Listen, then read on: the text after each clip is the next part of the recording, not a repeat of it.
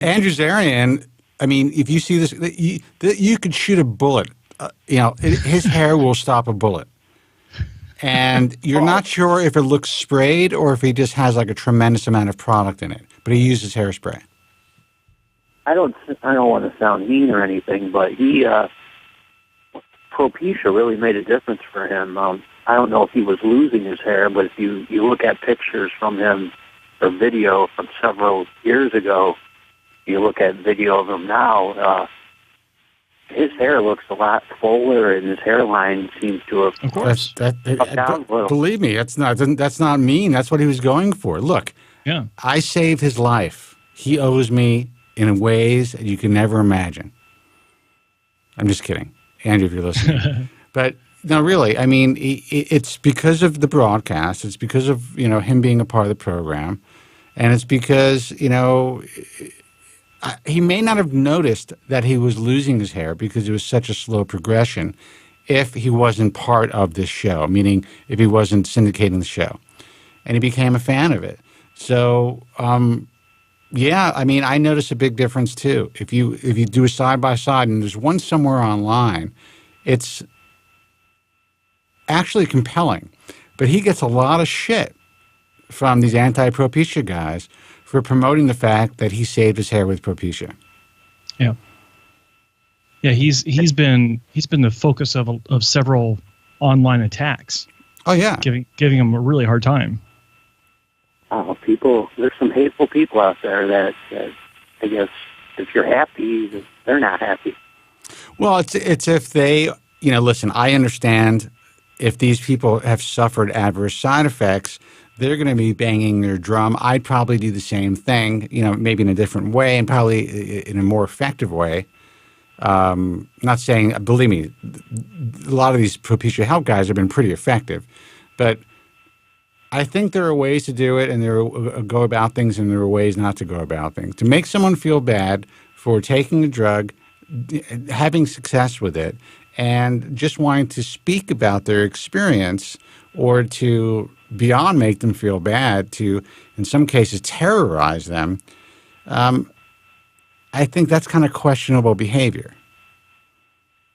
Yeah, no, I'd agree with that because, I don't know how many times we've discussed this, but if something's working for you, then it doesn't mean that there's some sort of message for people that's not working for, that they're wrong somehow, or that their problems that they're having with the medication are invalid.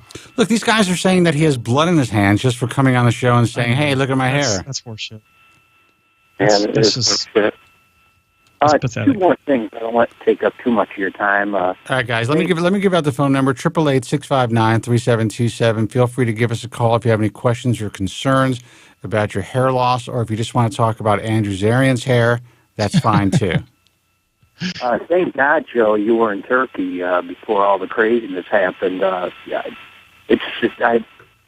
guys think the industry there is going to take a hit with all the recent terrorism attacks in Turkey? It is taking a hit. But I have to tell you that it's not going to be the hit that you think it's going to take. I think that there's still going to be people traveling from other parts of the world. They may not be traveling from the U.S. or the UK. But it'll take a hit, but not as much of a hit as you think. People want their hair, man. People want their hair, but the way I look at it is, I mean, I've spoken to several clinics in the UK and Europe that have said that they've got fewer patients going to Turkey, and not to mention they said they've actually had more patients say that they were considering Turkey, but they've decided not to because of the unrest. I've had doctors that I know in Turkey say that they're seeing an impact. Now, is it a massive impact on the grand scale of things? No, it's not. But it is making a lot of people think twice. Now, other people from the Middle East, non-issue. Right. People from Central Europe or areas that are closer to Turkey, doesn't faze them. But it's Western Europeans, North Americans in general, that are thinking twice about it, and that's it's a sizable market for the Turks, and so I think that overall the numbers will be down for second half of 2016, first half of 2017. And do you guys think robotic FUE is still the future, or is there still a place for strip 2 and adjunct? I'll give you my answer. I still think robotics is the future of surgical hair restoration. It's just, as we've been saying forever, it's at this point, I think it only has its place in the right hands and the right clinics, and with physicians who really understand all the nuances of this really deceptively demanding discipline. The problem is when these devices get into the hands of doctors and clinics who don't really know what they're doing, whether it's the robot or one of these other handheld devices, I mean, a lot of damage could be caused, and it has nothing to do with the device itself. It's all has to do with, training and whether or not the physician or the technicians who are running these devices know what the F they're doing. And we're finding out that it's still a very small segment of the population, at least in my opinion, who are currently using robots who really know what they're doing. And this is something that I've been saying for the last few years. Do I think it's going to play a big role in the future? I think that it is. I'm not sure if it's going to be the robot that's currently out or another company coming out with their own type of robotic system, but absolutely, I definitely agree. What was your second question? As far as, I don't want to be political, but as far as Donald Trump being elected president, what do you think that will do as far as hair jokes? Or I haven't heard many hair jokes. I heard he was going to wear his hair differently. He thought about maybe he's going to slick it back, he said, possibly. And where did he say this? I didn't hear about this, and the thing is, I don't think it's going to do. I wish. Article. He said he doesn't want to spend as much time on his hair, and he wants to go for a more presidential look. He might just, Well, the truth is, he definitely has. He's had in my view, and again, I don't know for sure. His hairline has been built in a way or rebuilt that it's pretty strong. So I think he can comb it back, and he might actually benefit from a hairstyle like that, because it looks like and again, this is just my opinion, the integrity of his scalp has been shifted from possible scalp reductions or flap surgeries in the past. So guys who have that type of issue, if they have a strong hairline, in my view, usually look better if they comb their hair back. So I don't think it's horrible. He does have a strong hairline, and I do think that's his real hair. Well, first of all, it is his real hair. And secondly, you know what? Comedians latched onto it years ago, and it kind of became his thing. And now it doesn't matter what people really think. They're going to say he's got bad hair. The guy is 70 years old. He's got pretty good hair. Worse. He could look worse. Yeah. Yeah. He's lucky. He's extremely lucky. So, I look at Trump's hair. I always joke my hair is like Trump the early years. But if you're 70 years old and you're able to do what he can do with his hair, if he was anybody else, I don't think anybody would make fun of him. He wins. Yeah. That's all there is to it. That's it. Now, he's got better hair than most guys. I'm not a fan of his colorist. Skin or hair? That's terrible. He should go gray. He should go silver. He should just let it go white, or if you wanted to add a little tint, you could add like a silverish color, and that's it. His daughter smokes pot. That's one thing. Oh my God, that's a whole other discussion. That's a whole other discussion. The only problem is she's like a mom now, and she's kind of getting that mom look. I can't explain it.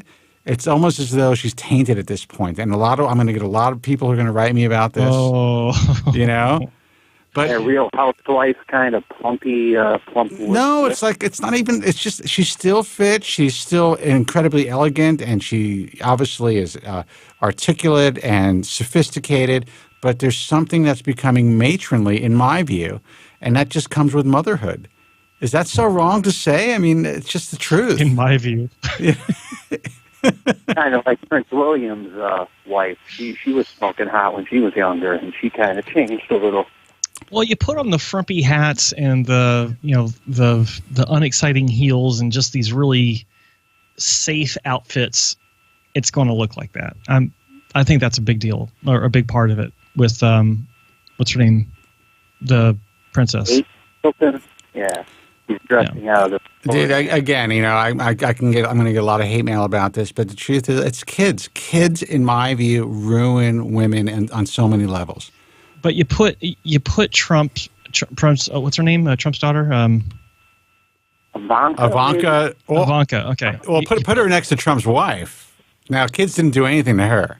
No, but you put Ivanka in a set, some hot jeans and a nice top, she'd still be smoking. Oh no, she is a incredibly attractive The mom woman. factor wouldn't play into that. There's no doubt about it. But there is she'll be a smoking mom. You know what I mean? Smoking hot mom. There's something about it. It just changes, hormonally changes. Like the look of the person. You know. That's just the way it is. And there's nothing wrong with that. There's a lot of hot moms out there. Just a comment. So women, please, all of you women who who are having kids and who are good-looking women. I'm not saying you're not good-looking women. There's just for yourself something changes once you pop out that kid. Yeah, stop having kids because you're all getting ugly. I'm kidding. Except for Andrew Zarian's wife, of course, Jess. If you're listening, No, not you. You haven't changed a bit. You look better than ever. I'm gonna start hearing it from her now. You got smoking hot wife. Yeah, I'm sure he's gonna love to hear that, and she's probably listening too. All right, dude, listen. I hope you guys enjoyed time off. Well, we're back, and we're going to be better than ever. We got a lot of great stuff that we're going to be bringing to the table. I've made some decisions this year, and I'm making some interesting changes in the way we're going to be presenting our information. And I think it's going to be a lot easier for you guys to kind of interpret. I'm going to be a lot more straightforward with certain things that I wasn't able to be straightforward with in the past. Not that I was hiding anything, but I'm really focusing more on, at least with the doctors that I'm working with, they have to be fully behind every aspect of truth in advertising in this industry. Otherwise, I'm choosing not to work with them. Okay, that's a good idea. And you guys really helped me with, Joe, your video on hair greed and Spencer, because I was thinking I have maybe a dime-sized little thinning area on my crown, and I was thinking about getting a transplant, but I use concealer, and I just thought the risk. Don't do it, dude. I'm glad, and we just put that segment up like yesterday or something. So I'm glad you saw it. Yeah, I just think it's too risky. If you have enough native hair up there, you could lose it. Yeah. Well, that's what we're doing here. Listen, like I always tell the docs, especially the guys who complain, who are saying, "Wait a second, are you guys anti-hair transplant?" No. Look at Joe. It was life-changing for him. We just want people to be fully informed. And if you guys are fully informed, their patients are going to be much happier in the end, especially if something goes wrong. We don't have to sell hair transplants on this program. Hair transplants sell themselves. So Exactly. what we want to do is just provide you with all the information so you can make informed decisions. That one clip, that 5-minute clip, made you think twice about getting a hair transplant. We've done our job. Absolutely. Yeah. Fortunately, being ethical and giving people, information like that, some people don't like that. But No, they don't like that. You can check my bank account for that one, I'll tell you that, because I have lost a lot of money for being honest. But it is what it is. Say it again? You guys are not in it for the money, and that's rare. I think that's why you have so many appreciative fans and viewers. Well, I want to be honest with you. I mean, I'm a capitalist. I do my best to make as much money as I can, but I have my limits, and I found out a long time ago that if it's done well, you can make more money selling and promoting good medicine than selling and promoting bad medicine. Unfortunately, most people in this industry haven't figured that out yet. the problem with selling out is that, you're always having to think about what you said last week. Yeah. Right. You don't have to be you have to be concerned about the fact that your message isn't consistent. But the way that Spencer and I have chosen to conduct ourselves, we don't have to worry about things that we said a week ago. It's like we get, like, I'm starting to get people approach me saying, "Hey, can you put this on your website? Can we sponsor you a little?" And I'm like, I'm not even getting back to them because I don't want to go down the road. Yeah. And I think that it like Spencer said, I'm a capitalist too. I want to make as much money as I can, but I don't want to have to constantly question what I said in the past and able to do so, because I have a message I want to get out. Spencer has a message he wants to get out. They line up, which is, don't have a hair transplant unless it's the last, the last resort to get where you want to be. And I can't count how many people, even on the show, we had a guy call in saying that we saved him from having a hair transplant. Not just you, but I mean, dozens of people. Yeah, but you look at a guy like Bob Bernstein. I always defer to him because everyone says he's very conservative. He'll tell you that he's appropriate. Exactly. He's appropriate. He turns down a lot of patients, and he will say to someone's face, "You know what?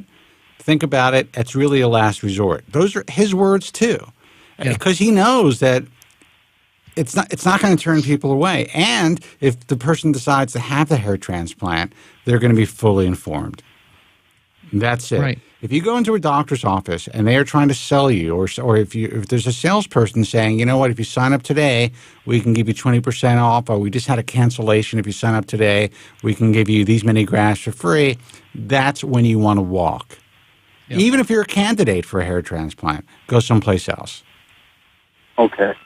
All right, man. Listen, thanks for the call. Happy New Year. Yeah. Happy 2007 and 2017. Okay. Bye, guys. All right, man. Good hearing from you. Take care.